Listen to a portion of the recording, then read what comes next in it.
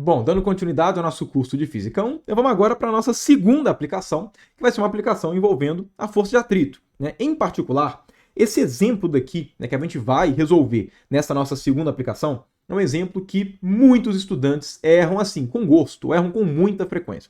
Né? Aqui no caso vai ser basicamente um problema de determinar para onde está apontando a força de atrito. Certo? A questão é que, como eu comentei antes, né, problemas que envolvem rotação, que vai ser o caso aqui, porque aqui a gente vai ter rodas, eles são um pouco menos óbvios para determinar qual que é o sentido da força de atrito. E muito estudante acaba se equivocando, porque quando a gente fala que as forças elas se opõem ao movimento ou à tendência de movimento, o estudante acaba interpretando isso de uma maneira errada.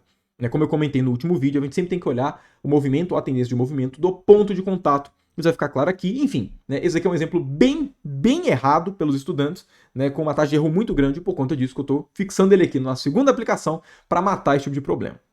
Então vamos lá, né? Deixa eu ler aqui o enunciado e aí a gente discute, né, esse probleminha daqui. Então vamos lá. Qual é a direção e o sentido do atrito em uma roda tracionada e não tracionada? Mas então vamos lá, né? Vamos começar do mais básico. O que é uma roda tracionada e uma roda não tracionada? Para poder explicar, eu vou usar aqui o contexto de carro, que eu acho que vai, né, clarear melhor para quem não conhece esses dois conceitos. Okay? Então imagina que a gente tem um carrinho, ok? Então, aqui as rodas de trás e as rodas da frente. Vou até desenhar aqui um farol para deixar claro que a parte da direita aqui do meu desenho corresponde à parte da frente do carro. Mas bom, quando você aperta o acelerador do carro, o motor do carro vai fazer com que as rodas girem mais rápido, justamente para que o carro se locomova mais rapidamente, né? Para que você consiga acelerar o carro. A questão é que quando o motor ele vai girar as rodas, ele não gira todas as rodas, pelo menos não para os carros tradicionais. De maneira geral, para os carros que a gente tem, né, na cidade, os carros tradicionais, eles têm o que a gente chama de tração dianteira. Ou seja, quando você aperta o motor ele gira somente as rodas da frente. Isso significa que se você pegasse o carro e você, né, erguesse ele, se você apertar o acelerador, a roda de trás não vai fazer nada. A roda da frente que vai começar a girar. Se você pega os carros esportivos, normalmente eles têm tração traseira, então acontece o contrário. O motor ele faz as rodas de trás girar. E quando você tem os carros que são 4x4, eles têm tração nas 4 rodas. Quando você aperta o acelerador, as 4 rodas se movimentam. Então, resumindo, uma roda tracionada é uma roda que, quando ela vai acelerar, ou seja, quando ela vai aumentar a quantidade de rotação, ela faz isso porque o eixo dessa roda ativamente força a roda a fazer esse movimento de rotação. Já uma roda não tracionada é uma roda que o movimento de rotação dela se deve ao fato de que o eixo dela está sendo levado, né, para algum sentido, e como ela está em contato com o chão, que existe força de atrito, ela acaba rodando por consequência. Ok? Então, né, quando, né, a gente se pergunta, né, qual que vai ser a direção e o sentido da força de atrito para uma roda tracionada e para uma roda não tracionada, na prática o que a gente está perguntando é qual que é a força de atrito para a roda dianteira e para a roda traseira de um carro tradicional. Ok? No caso, a roda dianteira seria a roda tracionada e a roda traseira seria a não tracionada. E faz diferença. Os sentidos da força de atrito são diferentes. Ok? O da roda tracionada, inclusive, é um que gera bastante dificuldade de entendimento. Ok? Então vamos lá. Como é que a gente faz para analisar a direção e o sentido da força? Vocês vão ver que a análise é muito rápida, ok? Mas é uma análise que muito estudante acaba, né, se equivocando. Para determinar qual que é a direção e o sentido de uma força de atrito, a primeira coisa que a gente tem que fazer é a força de atrito que está aqui nesse contexto. É a força de atrito estática ou a força de atrito cinética? E é importante enfatizar isso porque a força de atrito estática ela se opõe à tendência de movimento. E a força de atrito cinética se opõe ao movimento.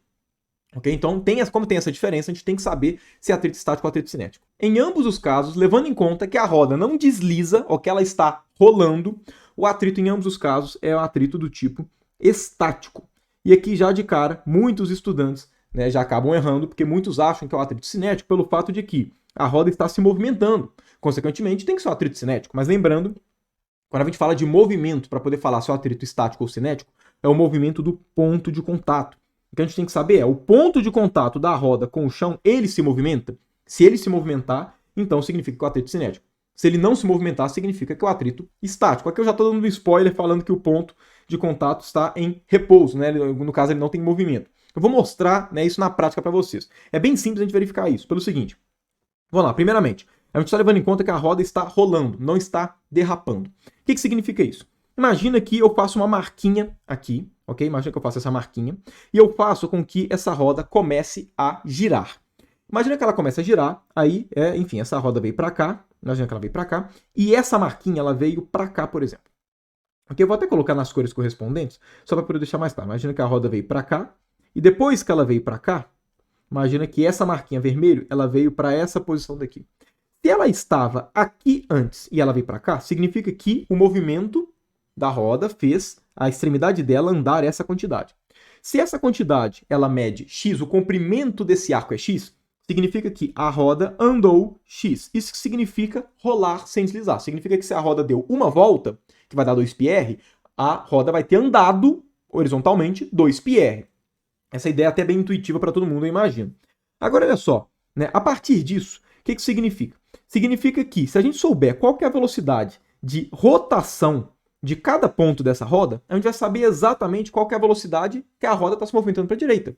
Por quê? Porque se a taxa com que esse cara se movimenta ao longo da rotação da roda é exatamente a velocidade com que ele está se movimentando, né? Então, consequentemente, se a gente souber a velocidade com que esse cara gira, matou o problema, a gente sabe falar qual que é a velocidade que a roda está andando para a direita.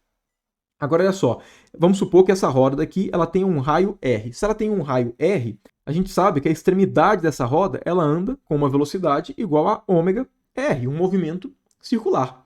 Consequentemente, né, a partir do momento que a roda está, né, rolando com velocidade angular ômega, o que a gente consegue falar? A gente consegue falar que o centro da roda, a roda toda, está andando para a direita com velocidade ômega R. Agora, cada ponto da roda se movimenta por dois motivos. Primeiro, vamos analisar esse ponto daqui. Ele se move por quê? Porque toda a roda está se movimentando para a direita com velocidade ômega-r, e esse ponto também está se movimentando em torno do centro da roda, um movimento de rotação, que é com essa velocidade, que também é ômega-r. Então, todos os pontos da extremidade se movimentam para a direita com velocidade ômega-r e se movimentam em torno do centro da roda com velocidade ômega-r, cada hora para um sentido diferente. Agora, olha só. Se a roda está girando nesse sentido horário, significa que no ponto aqui de baixo, esse ponto ele tem a sua rotação gerando um movimento para trás igual a ômega-r. Mas esse ponto também se movimenta junto com a roda para a direita com velocidade ômega-r. Ômega-r para a direita, ômega-r para a esquerda, o que vai acontecer? Esse ponto daqui de contato ele está em repouso. Consequentemente, o atrito que atua é o atrito estático. Eu espero que por essa construção toda, né, tenha ficado bem claro que a gente não analisa o movimento do corpo, e sim o movimento do ponto de contato do corpo com a superfície. Exatamente porque quem vai estar sofrendo a força de atrito, quem vai receber a força de atrito é o ponto de contato. Consequentemente, a gente tem que analisar o movimento dele. Então, primeira parte, atrito estático. Agora vamos lá, para onde é que vai estar apontando esse atrito? De maneira geral, todo mundo sempre fala que vai estar apontando para trás, ok? Por quê? Porque a roda está movimentando para a direita, mas eu já acabei de mostrar que não é tão imediato assim, porque a roda está andando para a direita, mas o ponto de contato está parado, né? Enfim, então a gente tem que fazer a análise com mais calma. Vamos começar aqui com a roda tracionada. A forma mais fácil da gente verificar para onde é que está apontando a força de atrito é, suponha que não existe a força de atrito.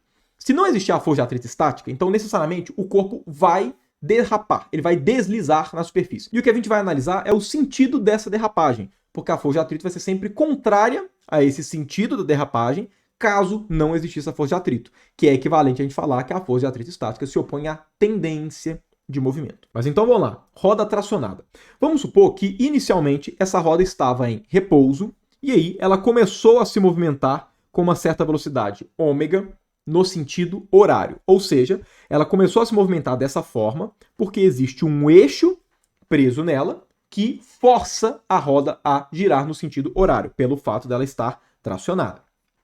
Se ela começa a desenvolver esse movimento de rotação porque ela foi forçada a gerar esse movimento, você vai concordar comigo que, olha só, esse ponto de contato, o ponto que estava em contato com a superfície, se não existisse força de atrito, o que ia acontecer? Ele estaria se movimentando da direita para a esquerda.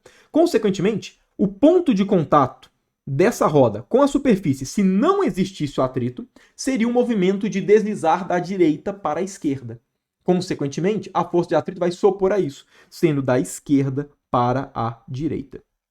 Então, para a roda tracionada, a força de atrito vai ser para frente. E sim, ela vai ser para frente. Isso é o que mais gera dificuldade nos estudantes. Muitos estudantes erram esse sentido. Para muita gente não é nem um pouco intuitivo o fato de que o movimento da roda está sendo para a direita e a força de atrito está sendo para a direita. ok? Mas aí, lembrando, né, a força de atrito ela sempre tem que ser pensada não em termos do movimento do sistema, mas sim em termos do movimento desse ponto.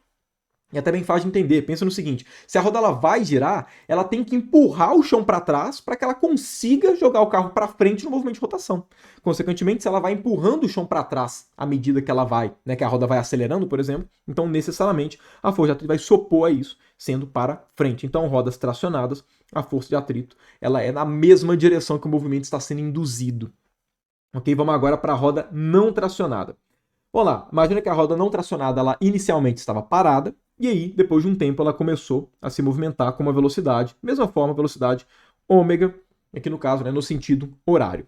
Vamos lá, levando em conta que ela é uma roda não tracionada, por que ela começou a girar? Ela começou a girar porque o eixo dela foi puxado para a direita, ok? Levando em conta que aqui, né, esse movimento de rotação ele é compatível com esse movimento aqui para a direita. Okay? Se eu tivesse falado que a roda estava se movimentando no sentido anti-horário, obviamente eu teria que levar em conta que ela foi puxada para a esquerda, ok? Enfim, você sempre tem que ser, né, consistente com as suas análises. Mas enfim, levando em conta que a roda não tracionada começa a se movimentar dessa forma, a girar, né, no sentido horário, porque ela foi puxada para a direita, você deve concordar comigo que, olha, se ela estava inicialmente parada e aí ela foi puxada para a direita, esse ponto daqui de contato, como a roda toda foi puxada para a direita, se não existisse força de atrito, esse ponto de contato ia ralar, ia deslizar na superfície da esquerda para a direita, acompanhando o movimento da roda se não existisse força de atrito. Consequentemente, a força de atrito vai ser da onde? Vai ser da direita para a esquerda.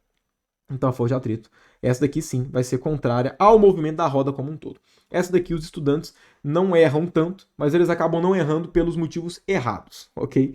Acaba errando dentro do erro. Então essa é a principal diferença entre uma roda tracionada e uma não tracionada. As direções, né, a direção na verdade é a mesma, né, o sentido das forças de atrito são sentidos opostos. Não somente isso, mas fazendo uma análise aqui, que eu vou deixar, né, para você que está assistindo, né, para você estudante fazer essa análise, para você treinar um pouquinho, né, fazendo uma análise simples a respeito, né, do movimento, a gente consegue perceber, inclusive, que essa força de atrito daqui, na roda tracionada, ela é maior do que da roda não tracionada. Ok? Sempre maior. Né? Enfim, essa análise é bem simples, mas eu não vou fazer ela aqui com vocês. Fica aqui de exercício. Mas, bom, então é basicamente isso. Meu objetivo aqui nessa segunda aplicação era realmente fazer essa construção da direção e do sentido da força de atrito. Então, sempre cuidado na hora que você for atribuir um sentido para a força de atrito. Nunca se baseie no movimento do sistema, sim, e sim no movimento do ponto de contato. Quando você estiver tratando de sistemas que não rotacionam, aí fica muito simples. Porque se ele não rotaciona, a direção de movimento é sempre a direção de movimento do ponto de contato. Essa diferença do movimento do ponto de contato com a superfície e do corpo só aparece quando o corpo está rotacionando, ou certo? Ou quando ele é induzido a rotacionar. Então, sempre cuidado com isso.